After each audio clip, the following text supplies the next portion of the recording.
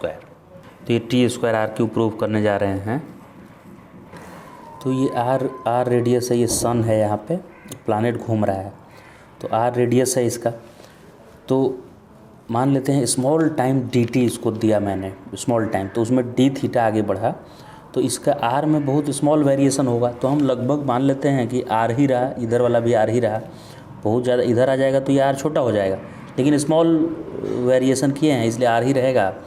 तो ये आर्क आ जाएगा R D theta, arc length क्या होता है आर डी थीटा, और ये आर है तो इसको लगभग एक ट्रायंगल कंसीडर कर सकते हैं, क्योंकि आर्क इक्वल टू कॉर्ड मान सकते हैं।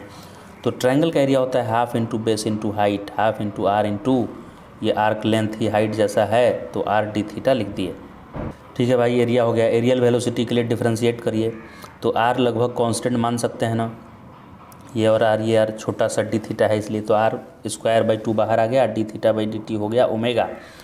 तो एरियल वेलोसिटी यानी d A by d t आ गया r square omega by 2, m से मल्टीप्लाई डिवाइड कर दिए तो एम आर स्क्वायर ऊपर हो गया और नीचे 2m हो गया। तो एम आर स्क्वायर होता है मोमेंट ऑफ इनर्शिया आई, तो आई इंटू ओमेगा हो गया, यानी आई इंटू ओमेगा होता है एंगुलर मोमेंटम एल, और नीचे हो गया 2m।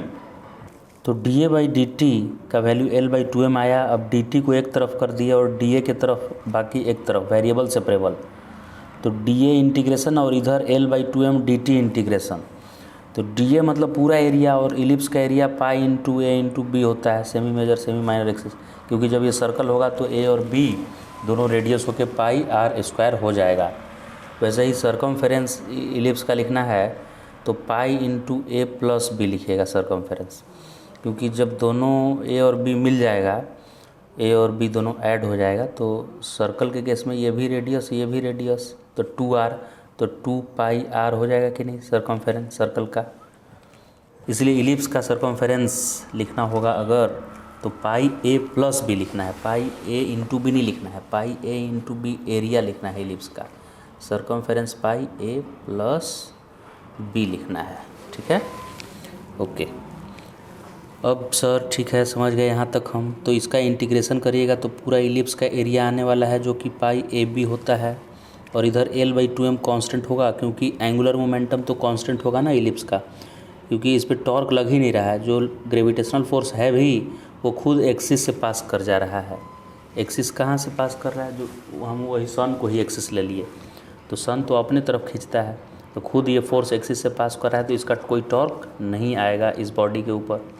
ये बॉडी ऐसे से रिवॉल्व कर रहा है, तो हम सन के अबाउट ही लिख रहे हैं, तो ये खुद फोर्स सन से पास कर रहा है, तो टॉर्क 0 हो गया ग्रेविटेशनल फोर्स का, तो एंगुलर मोमेंटम कंजर्व होगा। तो एल हो गया कांस्टेंट और एम मास तो ऐसे भी कांस्टेंट रहेगा अर्थ का, तो एल बाई 2m कांस्टेंट हो गया, और इधर एरिया का इंटीग्रेशन पाई ए बी हो गया, तो उधर डी टी बच गया। डी टी मतलब पूरा समय एक चक्कर मारने में, उसी को तो टाइम पीरियड बोलते हैं। तो पाई ए बी आया और ये एल बाई 2m डिवाइड होगा इधर आके एल बाई 2m, तो pi a b upon l by 2m है कि नहीं। तो टाइम पीरियड का फॉर्मूला हो गया पाई ए बी मतलब एरिया हो गया, पाई ए बी क्या हो गया एरिया ऑफ इलिप्स बाई ये नीचे क्या आइटम मिला L by 2m, L by 2m क्या आइटम था एरियल वेलोसिटी, यानी d A by d T. इसी से टोटल टाइम मिल जाएगा एक चक्कर लगाने में। तो भी 2m को ऊपर लेके लिए, तो पाई ए बी 2m ऊपर चला गया, नीचे एल रह गया, दोनों साइड स्क्वायर कर दिए, इधर टी स्क्वायर आया और इधर सबका स्क्वायर किए, तो 2 का स्क्वायर 4, फिर pi square a square B square m square सब हो गया, नीचे एल स्क्वायर। अब जैसा देखिए ए और बी दो है, हम टाइम को खाली मेजर एक्सिस के टर्म में लिखना चाहते हैं।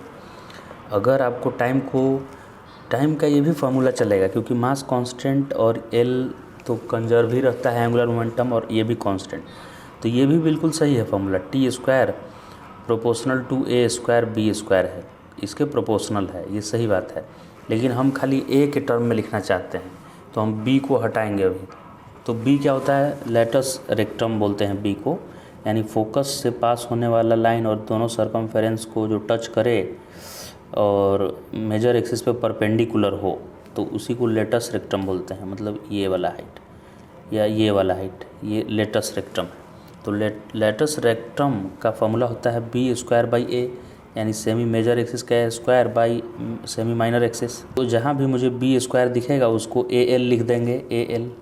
तो बी स्क्वायर को हम ए एल लिख दिए यहाँ। तो ए क्यू देखिए हो गया अब ए क्यू, और नीचे वाला एल अलग है भाई, नीचे वाला एंगुलर मोमेंटम वाला है, तो ये तो ऐसे भी कांस्टेंट है, एंगुलर मोमेंटम कंजर्व है। तो ये एल ए क्यू के प्रोपोर्शनल हो गया। एल का क्या हुआ सर, लेटस रेक्टम पे भी तो डिपेंड किया।